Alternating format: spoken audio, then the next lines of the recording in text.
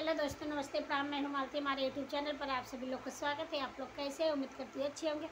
मैं आप लोग की प्यारा सा चुटकुला नाटक सुना रही हूँ। आप लोग को जैसा भी लगे कमेंट बॉक्स में ज़रूर बताइएगा और हमारे चैनल को सब्सक्राइब जरूर करिएगा। बोरी जोड़वई कबूतर उड़ी जाला, महीनवा दिनवा सावन का। मोरे जोड़वई कबूतर उड़ी जाला, महीनवा दिनवा सावन का।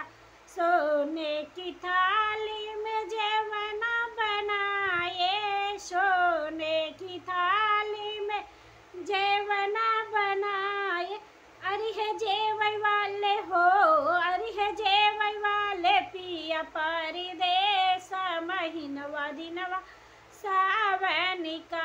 अरे है जेवई वाले हो, अरे है जेवई वाले पिया परदेस, महीनवा दिनवा सावन का। मोरे जोड़वई कबूतर उड़ी जाला, महीनवा दिनवा सावन का। मोरे जोड़वई कबूतर उड़ी जाला, महीनवा दिनवा सावन का।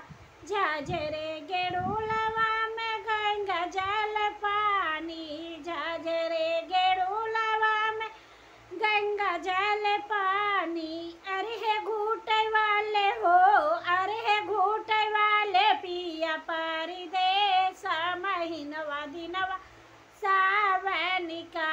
अरे है घूटे वाले हो, अरे है घूटे वाले पिया परदेस, महीनवा दिनवा सावन का। मोरे जोड़वई कबूतर उड़ी जाला, महीनवा दिनवा सावन का। मोरे जोड़वई कबूतर उड़ी जाला, महीनवा दिनवा सावन का।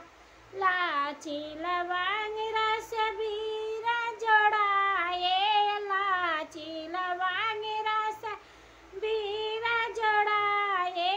अरे है कूचे वाले हो, अरे है कूचे वाले पिया परदेस, महीनवा दिनवा सावन का। अरे है कूचे वाले हो, अरे है कूचे वाले पिया परदेस, महीनवा दिनवा सावन का। मोरे जोड़वई कबूतर उड़ी जाला, महीनवा दिनवा सावन का।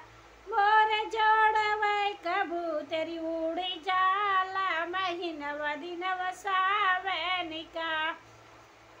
फूला ही चुन चुन से जिया लगाए, फूला ही चुन चुन से जिया लगाए। अरे है सूते वाले हो, अरे है सूते वाले पिया परदेस, महीनवा दिनवा सावन का।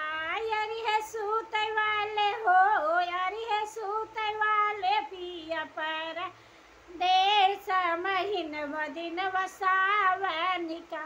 मोरे जोड़वई कबूतर उड़ी जाला, महीनवा दिनवा सावन का। मोरे जोड़वई कबूतर उड़ी जाला, महीनवा दिनवा सावन का।